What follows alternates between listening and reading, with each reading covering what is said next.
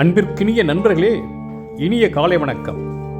இதற்கு முன் ஒரு காணொளியில் விண்வெளியில் சிக்கிக்கொண்ட இந்திய வம்சாவளி விண்வெளி வீராங்கனை சுனிதா வில்லியம்ஸ் விண்ணை தாண்டி வெளியே வருவாரா என்று மிகவும் வேதனையுடன் ஒரு காணொளி வெளியிட்டிருந்தோம்.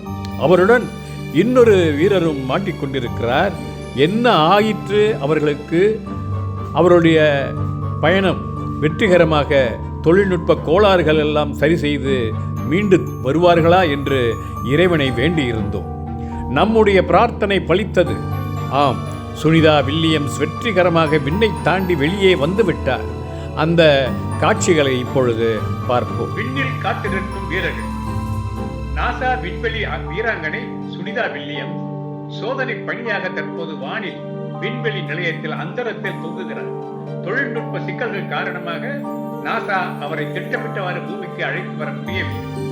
இதை தீர்க்க நாசா பிப்ரவரி 2025 வாக்கில் ஒரு சிறப்பு விமான ஊர்தி மூலம் அவரையும் சக வீரர் பூச் வில்மோரையும் பூமிக்கு கொண்டு வர திட்டமிட்டிருக்கிறது. அதுவரை சுனிதா மற்றும் பூச் வான்வெளி கப்பலில் தங்கள் பரிசோதனைகள் மற்றும் பராமரிப்பு பணிகளை தொடர்பார்களாம்.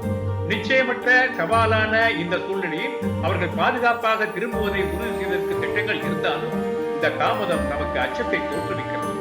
விண்வெளி ஆராய்ச்சிக்காக தங்களை மொத்தமாக அர்ப்பணித்த அவர்கள் பாதுகாப்புடன் வீடு திரும்ப பிரார்த்திப்போம்.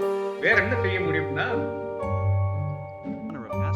நண்பர்களே, நம்முடைய பிரார்த்தனைக்கு வெற்றி கிடைத்து விட்டது. விண்வெளியை தாண்டி மீண்டு வந்தாலே வீரமங்கை சுனிதா வில்லியம்ஸ். 9 மாத கால கடும் போராட்டத்திற்கு பின்னர் விண்வெளியின் அந்தரத்தில் உலவிக் கொண்டிருந்த விண்வெளி வீரர்கள் வெற்றிகரமாக பூமியில் வந்து இறங்கிவிட்டார்கள்.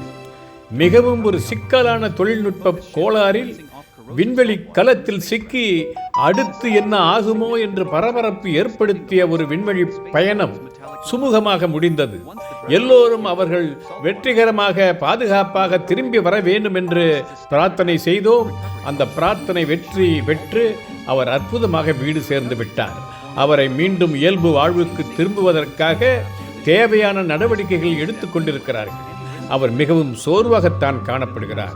ஆனால் மன உறுதியுடன் அவரது தன்னம்பிக்கை விடாமுயற்சி படைத்த வெற்றி இருக்கிறதே, அது காலம் காலமாக அவர் பெயரை சரித்திரமாக காவியமாக சொல்லிக் கொண்டிருக்கும்.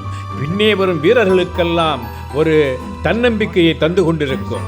வெற்றிகரமாக விண்ணை வென்றுவிட்டு வந்ததை அவர் பிறந்த கிராமம் மட்டுமல்ல, இந்திய நாடு மட்டுமல்ல, உலகமே போற்றி பாராட்டி கொண்டாடி கொண்டிருக்கிறது. இது மனித குலத்தின் மாபெரும் வெற்றி.